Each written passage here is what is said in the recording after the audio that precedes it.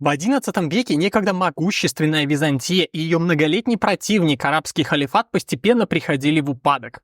Именно на этом историческом фоне произошло возвышение турок, которые вскоре смогли установить протекторат над ослабевшим халифатом аббасидов. Они называли себя сельджуками по имени своего предка, туркменского князя Сельджука.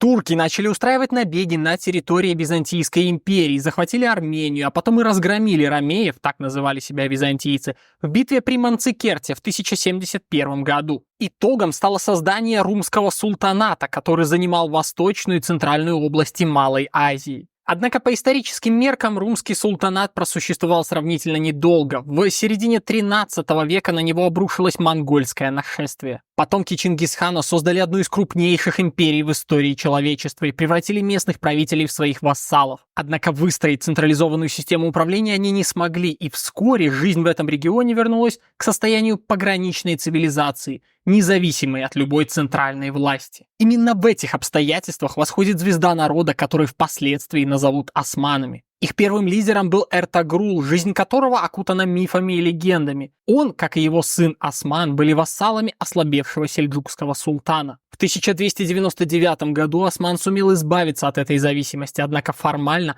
признавал себя вассалом монгольской династии хулагуидов, которой выплачивал ежегодную дань. В руках самого Османа был один из множества бейликов Малой Азии, и он очень осторожно расширял его территорию, придавая большое значение ассимиляции населения и встраиванию его в формирующееся государство. Его успехам способствовал дальнейший упадок некогда могучей Византийской империи. В 1302 году он разгромил ее в битве при Магнесии. Эта победа принесла Осману известность, и воины со всей Малой Азии начали собираться под его знамена. Теперь их тоже станут называть османами. Сам Осман принял титул Гази, то есть воин веры, что тоже придало динамизм его борьбе с христианской Византией. В 1326 году, когда Осман был уже при смерти, была захвачена Бурса, ставшая первой столицей в истории государства. Наследник Османа Архан продолжил политику отца и сумел захватить два последних серьезных оплота византийского влияния в Малой Азии – Никею и Никомедию. Однако, несмотря на то, что к 1330 году османы фактически оккупировали берега Босфора, они не двигались в Европу на протяжении многих лет. Они сделали это лишь в 1345 году по приглашению византийского императора Иоанна Кантакузина, который просил о поддержке в гражданской войне. В процессе османы захватили Галлиполи, который стал прекрасным плацдармом для дальнейших завоеваний в Европе, который осуществлял уже сын Архана Мурат. В 1362 году был захвачен Адрианополь, который стал новой столицей османского государства. Здесь следует отметить, что завоеванием османов на этом этапе способствовал общий упадок в Европе и отсутствие единства на Балканах. В том числе римская и греческая церкви находились в состоянии перманентного конфликта, который очень неплохо описан в письме Петрарки римскому папе. Османы являются просто врагами, но схизматики греки хуже, чем враги. Сербы и болгары были в ссоре с венграми, и внутри самой Сербии царила анархия. Византию также раздирали династические распри. Благодаря этому армия Мурада никогда не оставалась без поддержки со стороны христианских союзников, что, безусловно, упростило задачу османского правителя. В результате он сумел превратить византийского императора, сербского царя и болгарского князя в своих вассалов. Процесс османского завоевания Балкан достиг своего апогея в 1389 году в битве на Косовом поле. Это сражение окутано мифами и легендами, и непреложным фактом является лишь то, что сербы и их союзники потерпели страшное поражение, и османы окончательно утвердились в качестве господствующей силы на Балканах.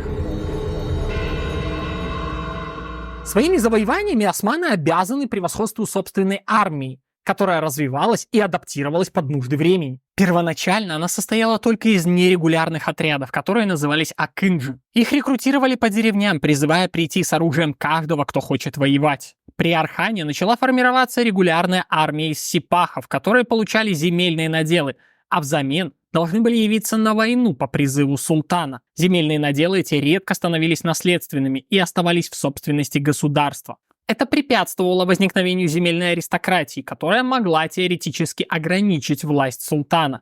Также при Архане, хотя эта версия иногда оспаривается, появился знаменитый янычарский корпус. В него набирали мальчиков-христиан, а затем воспитывали в фанатичной преданности исламу и лично султану. На долгое время янычары станут ядром османской армии. Однако завоевать территорию гораздо проще, чем ее удержать. И было много кочевников в истории, которые покорили огромные территории, но не смогли построить на них государство. А османы эту проблему решить сумели. Краеугольным камнем стала дальновидная конфессиональная политика. Османское государство, безусловно, было мусульманским, и проверка на национальность сводилась к религиозному фактору. Только мусульмане служили в армии, а христиане взамен платили подушевой налог. При этом христиане, которые сами обращались в ислам, очень быстро становились османами и их происхождение забывали. Именно это стало причиной быстрого роста числа обращенных в ислам в Малой Азии на раннем этапе османской истории. В то же время оставшиеся христианами могли свободно реализовать себя в коммерции, а крестьяне вскоре поняли, что мусульманское завоевание повлекло за собой освобождение от власти христианских феодалов. Османы устанавливали сравнительно мягкую, непрямую форму контроля, и впоследствии будет доходить до того, что крестьяне из других европейских стран бежали на османские территории в поисках лучшей жизни. Также в процессе распространения власти на Балканы Мурад давал привилегии греческой церкви в ущерб католической. Именно поэтому болгары и греки в противостоянии между латинянами и османами выбирали сторону именно мусульман и воспринимали их как освободителей от гнета католиков. Делу укрепления власти османов служила также колонизация балканских земель. Позднее практиковалось также и переселение балканских славян на территории Малой Азии. Стоит, однако, отметить, что при всей осторожности османские завоевания, как и любые другие, приводили к разорению городов. Особенно этим отличалось недисциплинированное ополчение, которое не получало платы за службу и довольствовалось добычей за счет грабежей. Также в Османской империи почти всю ее историю существовало рабство. Живой товар здесь продавался на открытых рынках вплоть до 19 века. Избежать рабства можно было, приняв ислам. И это тоже стимулировало исламизацию на захваченных территориях. Битва на Косовом поле стала концом не только для Сербии, но и для Мурада I. Он погиб на поле битвы, а его преемником стал Баязид. Торопливый и импульсивный от природы, он был очень способным военачальником, и за быстроту перемещения его армии по Европе Баязида прозвали молниеносным. Он стал первым османским султаном, который предпринял осаду Константинополя, сняв ее лишь через 7 месяцев, на еще более жестких вассальных условиях, чем раньше. Также Баязид первым санкционировал набеги на территорию Венгрии и всерьез заявлял, что совершит поход на Рим и накормит своего коня овсом на алтаре собора Святого Петра. Все это побудило европейцев начать крестовый поход, который должен был избавить Европу от османской угрозы и спасти Византию. В 1396 году поход возглавил венгерский король Сигизмунд, получив большую поддержку в феодальной Европе. Однако рыцари были разгромлены в битве под Никополем. В этот момент казалось, что Баязид нанесет смертельный удар Византии, потому что спасти ее было решительно некому. Блокада Константинополя продолжалась уже несколько лет, и жители были на грани голодной смерти. Однако в 1402 году новая угроза с востока заставила Баязида отказаться от осады Константинополя. Это был Тимур, известный также как Тамерлан. Баязид еще в начале своего правления сумел расширить османские территории в Малой Азии, однако его предшественники предпринимали серьезные усилия для ассимиляции населения. А завоевания Баязида зачастую оставляли лишь царапину на поверхности захваченных территорий. Бывшие правители покоренных Баязидом территорий оказались его врагами и стали на сторону Тимура. Долгое время, однако, он не обращал на них особенного внимания, пока Баязид не захватил Сивас, находившийся под протекторатом Тимура. Правители обменялись оскорблениями в дипломатической переписке, и Тимур принял решение совершить поход против османов. Баязид в этой кампании совершил множество катастрофических ошибок и в результате потерпел сокрушительное поражение в битве при Анкаре. Он попал в плен и закончил жизнь в железной клетке. Тимур теперь был готов уничтожить как Византию, так и османское государство. Однако он стремился к завоеванию Китая, поэтому он вернул власть анатолийским беям и сыновьям Баязида в качестве его вассалов и отправился в поход на восток, где и умер в 1405 году, не успев покорить Китай. Однако смерть Тимура еще не означала спасение для османов. Государство оказалось расколотым, и в течение 10 лет сыновья Баязида вели гражданскую войну, которая закончилась победой Мехмеда в 1413. Он сумел объединить государство и вновь поставить его на прочную основу. Теперь Османская империя была готова предъявить свои права на остатки византийского наследства, на которое также претендовали Венгрия и Венеция. Сын Мехмеда I, Мурат II, в 1430 году захватил Фессалоники, которые некогда являлись вторым крупнейшим портом Византийской империи. Это событие произвело большое впечатление на Западную Европу и заставило несколько встрепенуться. Однако всерьез объединиться против османской экспансии и собрать масштабный крестовый поход европейцы не смогли. Поход такой действительно состоялся и вновь был возглавлен венгерским королем, теперь Владиславом III, который также правил в Польше. Однако силы он в основном черпал там же. Поддержку ему оказали Валахия и балканские народы, но не Западная Европа. Тем не менее, на первом этапе крестовому походу сопутствовал успех. Мурат II заключил десятилетнее перемирие, которое было очень выгодным для Владислава. В этот момент Мурат, откровенно не любивший власть, решает отойти от дел и удалиться в Магнесию. А управлять государством должен был его 12-летний сын Мехмед под надзором великого визиря Халил-Паши. И вот это событие вместе с первыми успехами крестоносцев убедило европейцев в том, что перемирие необходимо нарушить. Им казалось, что Мурат и часть османской армии изолированы в Азии благодаря контролю над проливами со стороны Генуэзского флота. Однако Мурат подкупил алчных генуэзцев, сумел перебросить армию из Азии и в 1444 году разгромил крестоносцев в битве под Варной. Владислав принял смерть на поле боя. И тогда Мурат решил официально отречься от трона в пользу Мехмеда. Однако 2 года спустя обстоятельства вновь вынудили его вернуться и оставаться султаном вплоть до своей смерти в 1451 году. В последние годы Мурат устанавливает свою власть над Мореей, превратив местных правителей в вассалов султана. И теперь Османская империя была готова к новому этапу своей истории.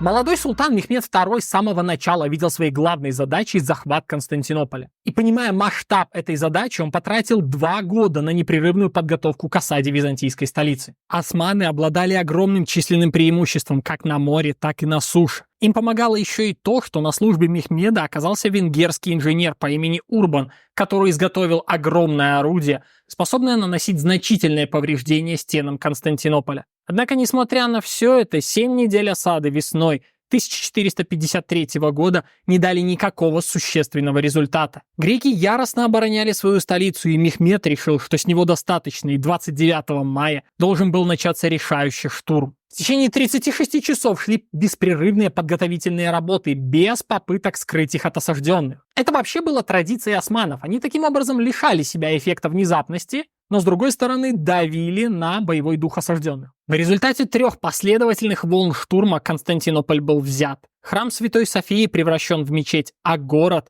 отныне стал столицей Османской империи. Отныне его стали называть еще и Стамбулом, хотя в качестве единственного это название утвердится лишь в 20 веке, уже после распада Османской империи. Но на этом Мехмед не остановился. Обеспечив себе тыл в виде Константинополя, он вел почти 30 лет непрерывных войн, стремясь закрепить безраздельное османское господство на Балканах и побережье Черного моря. Серьезным препятствием в этой задаче служил Белград, находившийся на Дунае, и в 1456 году Мехмед попытался его захватить, но потерпел неудачу. Однако вскоре Белград и его окрестности были опустошены эпидемией чумы, и Сербия была окончательно присоединена к Османской империи. Но сам Белград Мехмед присоединить так и не сумел. Затем он провел 2 кампании по окончательному покорению Греции, что ему удалось за исключением нескольких прибрежных аванпостов, которые оставались в руках венецианцев. Уничтожив таким образом окончательно остатки Византийской империи в Европе, он озаботился империей Трапезунской,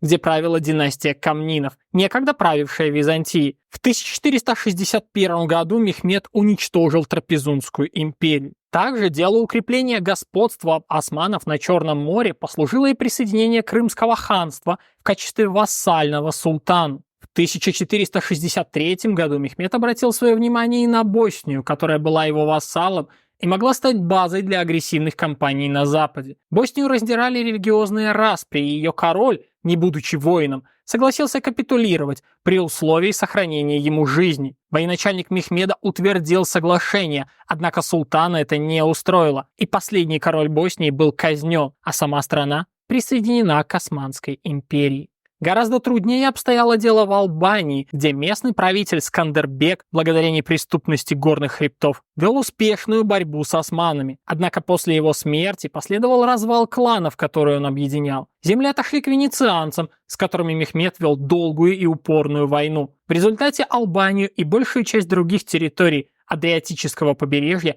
Мехмед сумел присоединить к Османской империи. И теперь казалось, что Мехмед готов покорить Первый Рим точно так же, как он ранее покорил и Второй. В 1480 году османы высадились в Отранто на юге Италии. Султан надеялся использовать город в качестве плацдарма для дальнейшего завоевания Италии. Однако сделать ему этого не удалось, да и сам Мехмед переключил свое внимание на восток, в сторону Родоса, который в том же 1480 году был осажден османами. Однако крепость выстояла, а в следующем году Мехмед II, прозванный Фатихом, то есть завоевателем, умер в возрасте 49 лет.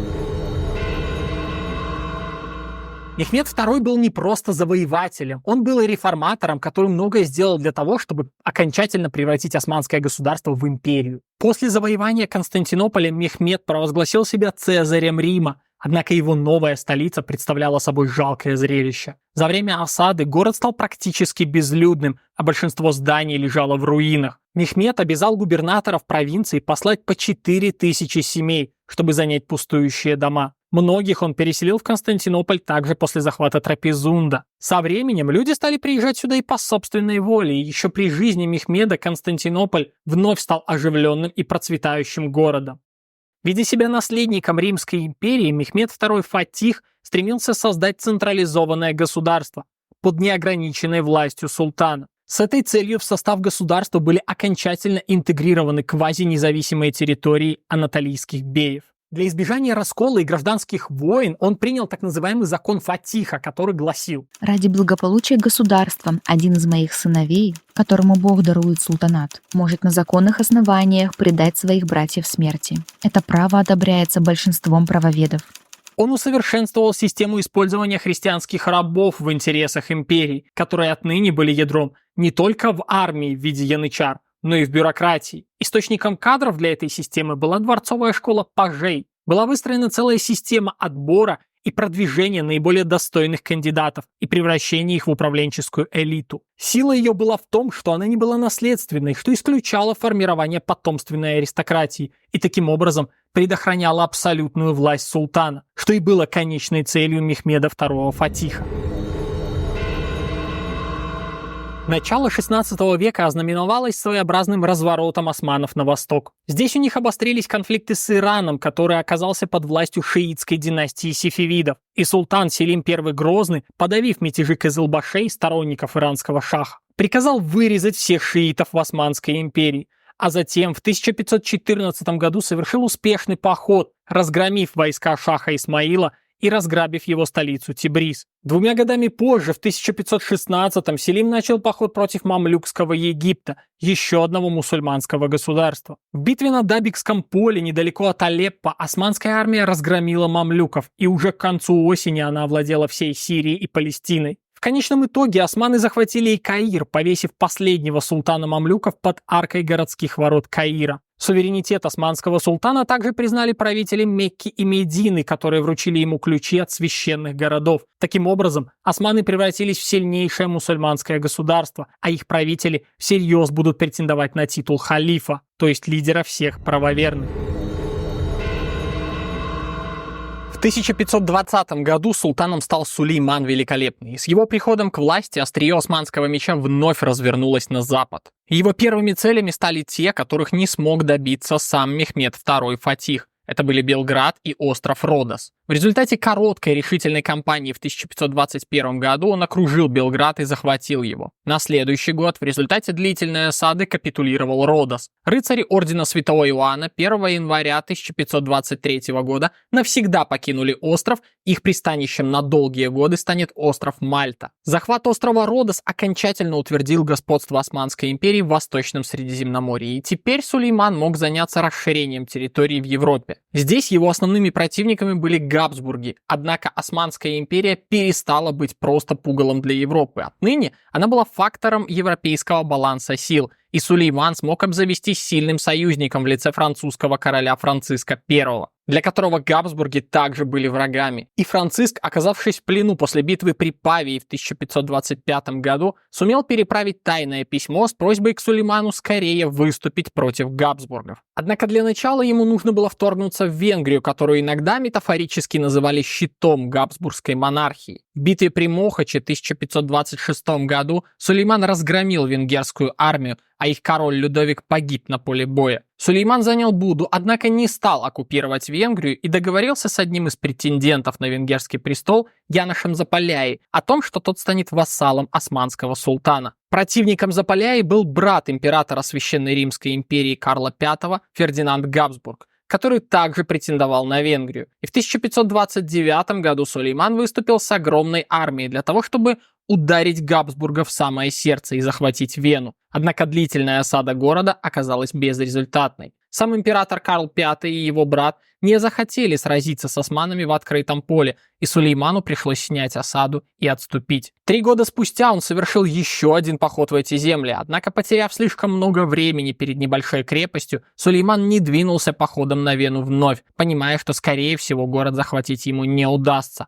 А от решительного сражения император Карл V вновь уклонялся. Центр тяжести противостояния с Габсбургами на долгое время ушел в Средиземное море, где стараниями Хайреддина Барбаросса Османская империя стала господствующей силой. В 1540 году, когда скончался Янош Заполяи, Сулейман совершил очередной поход в Венгрию. В этот раз он превратил ее в османскую провинцию, и в 1547 это было закреплено в Адрианопольском перемирии. Стоит отметить, что несмотря на то, что основным направлением военной деятельности Сулеймана был Запад, вел он кампании на востоке против сефевидов. Их результатами стали присоединение Багдада и всей Нижней Месопотамии и получение таким образом выхода к Персидскому заливу. Отныне османские владения простирались от Индийского до Атлантического океана, а сама она достигла пика своего могущества, за которым, однако, последовал медленный, но неотвратимый упадок.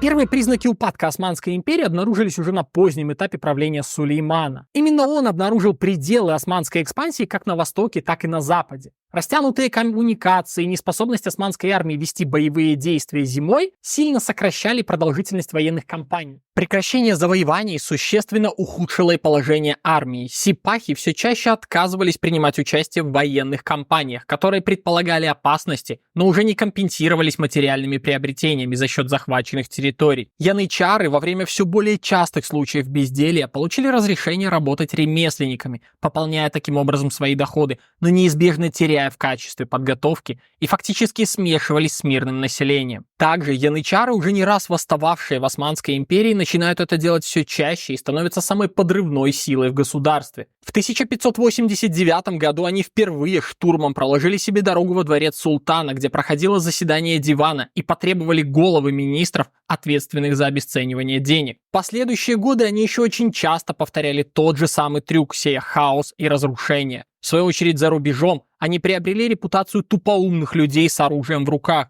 сильно уступавших профессиональным европейским воинам. Решить проблему янычар попытался в 1622 году молодой султан Осман II. Он хотел ликвидировать янычарский корпус, однако план его не удался. Янычары подняли восстание, свергли и убили Османа. Это был первый случай убийства монарха в османской истории. Еще одной долгосрочной проблемой Османской империи стало разрушение ступенчатой системы иерархии, которая существовала при назначении на должности в стране. До Сулеймана считалось, что для того, чтобы стать великим визирем, то есть первым человеком в империи после султана, нужно было пройти все ступени бюрократической иерархии. Сулейман же раздавал должности людям, которых выбирал сам, и в ком был абсолютно уверен. Он прощал фаворитам накопление больших состояний, что, естественно, происходило коррупционным путем. Однако при всех их недостатках это были, как и сам Сулейман, способные люди, которые, несомненно, внесли положительный вклад в укрепление империи. При деспотическом, но ответственном правлении Сулеймана это работало на благо государства, но в руках безвольного или менее способного султана такая система могла стать крайне разбалансированной, а такие султаны рано или поздно не могли не появиться. А их появление ускорил отказ от практики отправки наследников в провинции для получения опыта управления. А после отказа от закона Фатиха наследников и вовсе стали держать в так называемой клетке, то есть семья султана оказалась во многом изолированной от реальной жизни. Все это привело к росту некомпетентности, коррупции, а должности стали приобретаться благодаря покупке или семейным связям. Пользовались коррупцией столичной бюрократии и послы иностранных держав,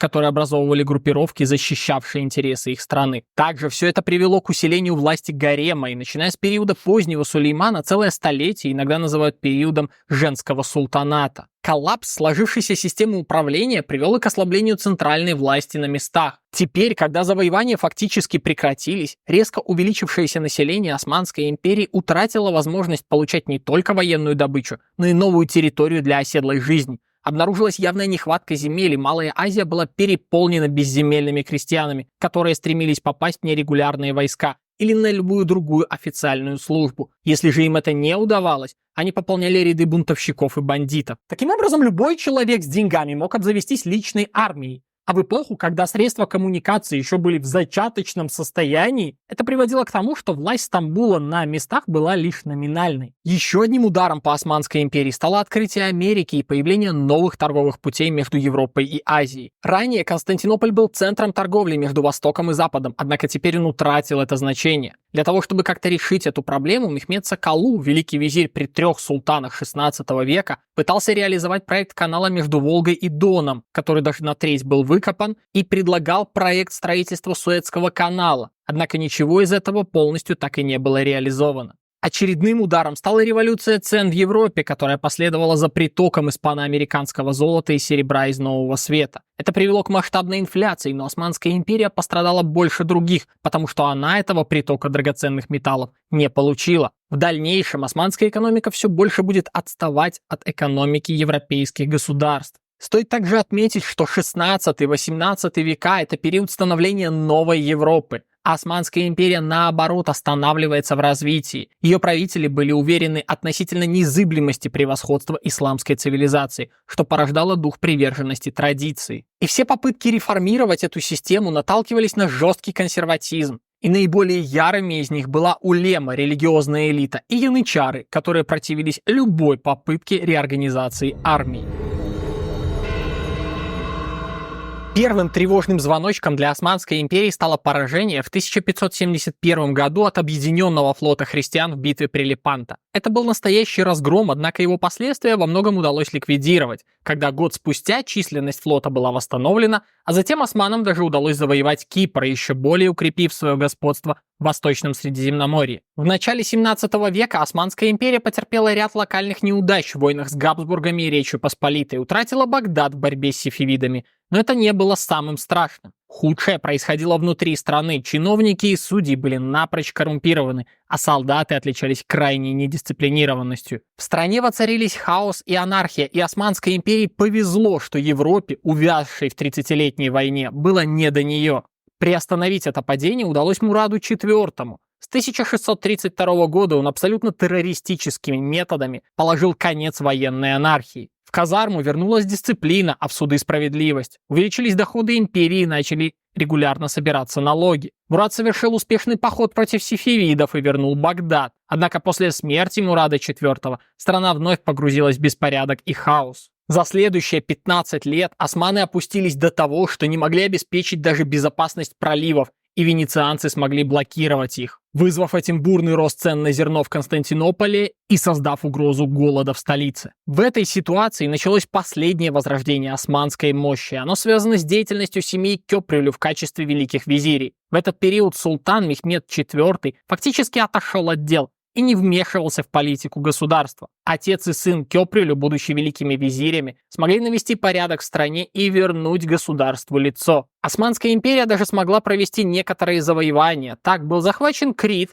и треть территории современной Украины в войне с Речью Посполитой. Однако, когда в 1676 году великим визирем стал Кара Мустафа, все начало рушиться. Территории, захваченные у Речи Посполитой, были утрачены, а сам Кара Мустафа в 1683 году решил совершить поход на Вену, стремясь добиться того, чего не смог добиться Сулейман Великолепный. Он был бездарным командиром, что отлично характеризует фраза короля Речи Посполитой, которую он сказал, глядя на расположение османских войск под Веной. Этот человек плохо расположил свой лагерь. Он ничего не понимает в войне. Мы наверняка разгромим его.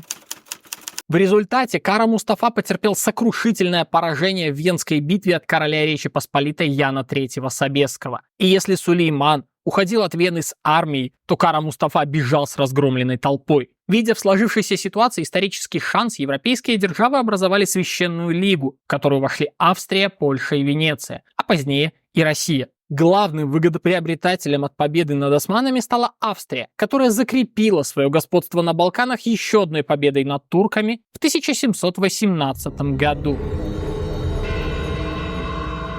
Тем временем у османов появился новый могущественный противник. В начале 18 века Петр I провел в России масштабные реформы. Она стала империей с выходом к Балтийскому морю и теперь стремилась получить доступ к Черному. Однако войны первой половины 18 века против России были для османов более-менее успешными. Им удавалось сохранить господство в Черном море и не допустить Россию к его берегам. Во второй половине века ситуация серьезно ухудшилась. Императрицей в России стала Екатерина Великая, которая стремилась осуществить так называемый греческий проект, мечтая воссоздать Византийскую империю под управлением одного из ее внуков. С этой целью она стремилась не только вести военные действия против Османской империи, но и поднять против нее народы Балканского полуострова. Войны второй половины 18 века обнаружили явную отсталость Османской империи от России и других западных стран. В результате турки утратили Северное Причерноморье вместе с Крымом и свое господство в Черном море. Их флот был разгромлен в Чесменском сражении, что стало самым страшным поражением на море со времен Лепанта. И теперь Российская империя уже была готова нанести смертельный удар по империи Османской.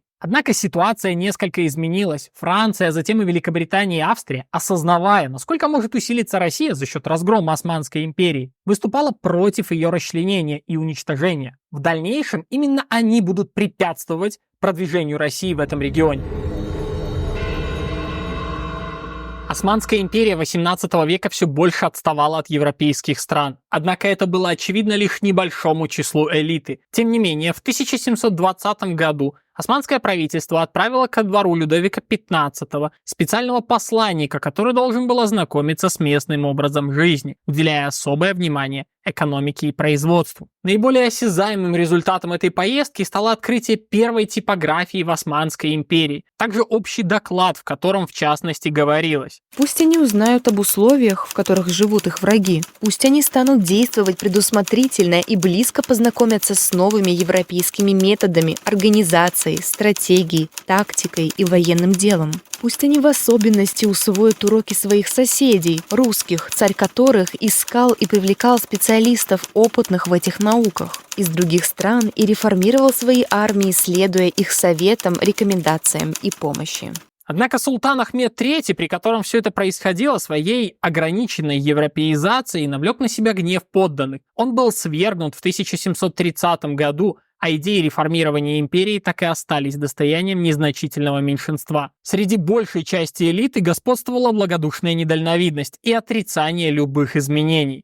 Однако ухудшение ситуации требовало перемен, и Селим III, ставший султаном в 1789 году, задумал грандиозные реформы, которые должны были ликвидировать османское отставание от Запада. Его реформы назвали «Новый порядок», и ядро их лежало в военной сфере, поскольку именно от состояния армии зависело выживание Османской империи. Были созданы новые военные школы, сформирован корпус регулярной пехоты, который обучался и вооружался по западным образцам. Однако пополнялся он крайне медленно, а реформировать старые части сипахов и янычар представлялось абсолютно невозможным.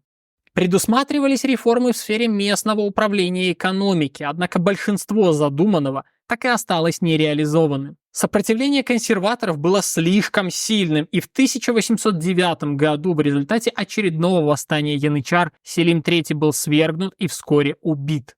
Спустя некоторое время правителем стал Махмуд II, который также придерживался реформаторских взглядов, однако он действовал тоньше. Он 2 десятилетия выжидал подходящего момента, восстанавливая единоличную власть султана, чтобы, опираясь на нее, реализовать задуманное. И хоть его реформы были основаны на новом порядке Селима III, он их подавал не как политику реформ, а как возрождение старого порядка Сулеймана Великолепного. Тем не менее, реформы были достаточно радикальными. В 1826 году он наконец ликвидировал корпус янычар, а затем и сипахов, освободив место для обновленной армии. Еще одним серьезным шагом Махмуда стало ограничение власти религиозной верхушки в Османской империи. Теперь полномочия шейхуль-ислама были ограничены религией. Также была устранена монополия улемы в сфере образования. В целом о масштабных переменах в сфере образования свидетельствует доклад 1838 года. Религиозное знание служит спасению в грядущем мире, но наука служит совершенствованию человека в этом мире.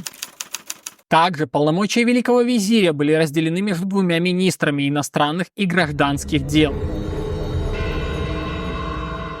Однако реформы Махмуда II опоздали. Османская империя уже начала терять свои территории, и теперь не только из-за войн с внешними противниками, но и из-за восстаний внутри страны. В 1820-е годы греки подняли восстание и начали вести войну за независимость, которая была бы выиграна османским султаном при помощи его вассала Мехмеда Али, правившего в Египте. Однако вмешались западные державы, а Россия и вовсе объявила войну Османской империи. В результате это привело к независимости Греции. В 1830-х годах из-под власти султана фактически вышел и Египет. Там правил уже упомянутый Мехмед Али, который довольно давно проводил самостоятельную политику и тоже реформировал армию на западный манер. Махмуд II начал войну с целью подчинить Мехмеда Али, однако потерпел сокрушительное поражение. И если бы не вмешательство западных держав, возможно, войска правителя Египта вошли бы и в Стамбул. В результате Мехмед Али получил в наследственное управление Египет в качестве вассала султана. Однако на практике османская власть оставалась здесь лишь номинальной.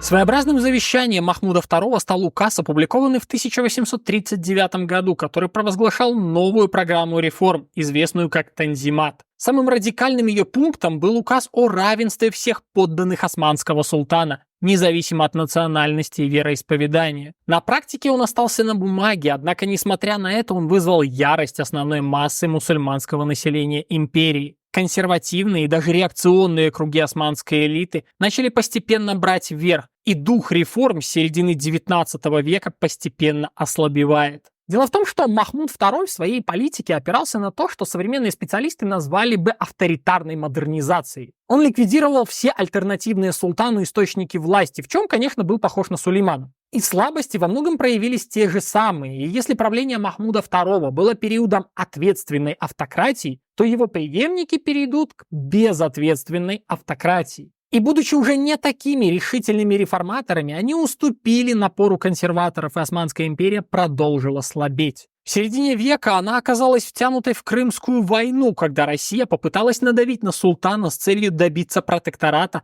над всеми православными подданными империи. На стороне Османской империи в конфликт вмешались Великобритания и Франция, и в целом они внесли основной вклад в победу над Российской империей в этой войне. Однако война крайне негативно сказалась на состоянии финансов Османской империи.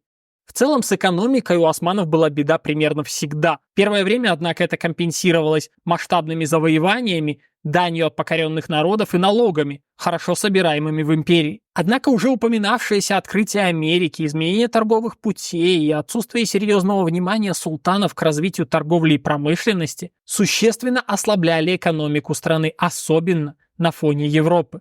Коммерция в Османской империи была в руках христианских и иудейских меньшинств, и мусульмане ею практически не занимались. Также еще во времена Сулеймана появились договоры, известные как капитуляции, которые предоставляли привилегии иностранным державам в торговой сфере. Во времена Сулеймана это была Франция, затем распространится это и на Великобританию, и постепенно условия таких соглашений становились для Османской империи все менее выгодными. После Крымской войны, чтобы покрыть ее стоимость, османы начали занимать значительные суммы у своих британских и французских союзников. И теперь национальный долг вырос до 200 миллионов фунтов. В конечном итоге это привело к дефолту и созданию иностранной комиссии, которая пыталась разрешить проблему. Результатом стала утрата османами экономического суверенитета и проникновение иностранного капитала в империю.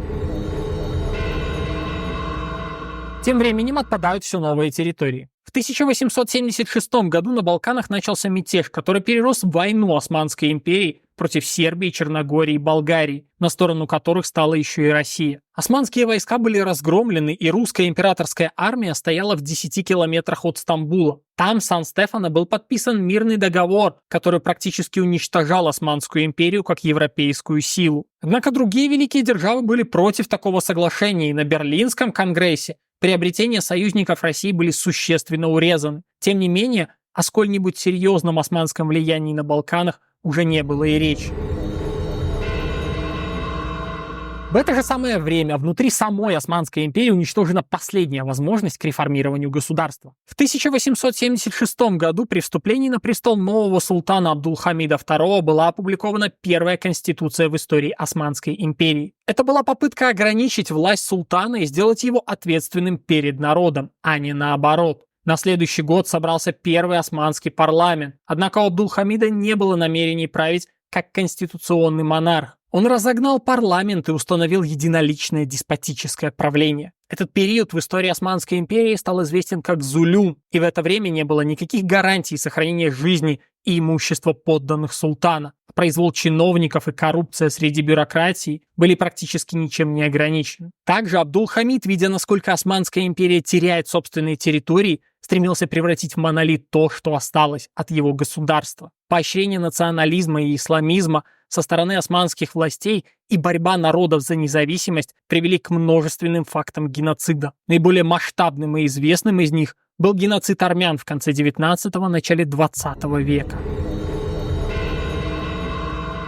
Однако мир менялся, и если раньше в Османской империи любые восстания проходили по известному всем нам принципу «царь хороший, бояре плохие», то есть восставшие выступали чаще всего против отдельных чиновников, в крайнем случае они могли выступить против конкретного султана, но за передачу власти другому потомку османа. Теперь же сформировалась полноценная оппозиция, которая в основном во времена правления Абдулхамида была в эмиграции, но она выступала за восстановление конституционного правления в Османской империи. В 1908 году под влиянием ее идей с военного мятежа началась младотурецкая революция. Абдулхамид попытался ее подавить, но не смог, и в результате согласился на новый созыв османского парламента. Однако даже в этих обстоятельствах он не собирался править как конституционный монарх. Лояльные султану войска попытались вновь подавить революцию, однако им это в конечном счете не удалось. И Абдулхамид был низвержен, а власть в стране захватил Комитет единения и прогресса, который провозгласил следующий лозунг. Отныне мы все братья. Больше нет болгар, греков, румын, евреев, мусульман. Под одним голубым небом мы все равны. Мы гордимся тем, что османы.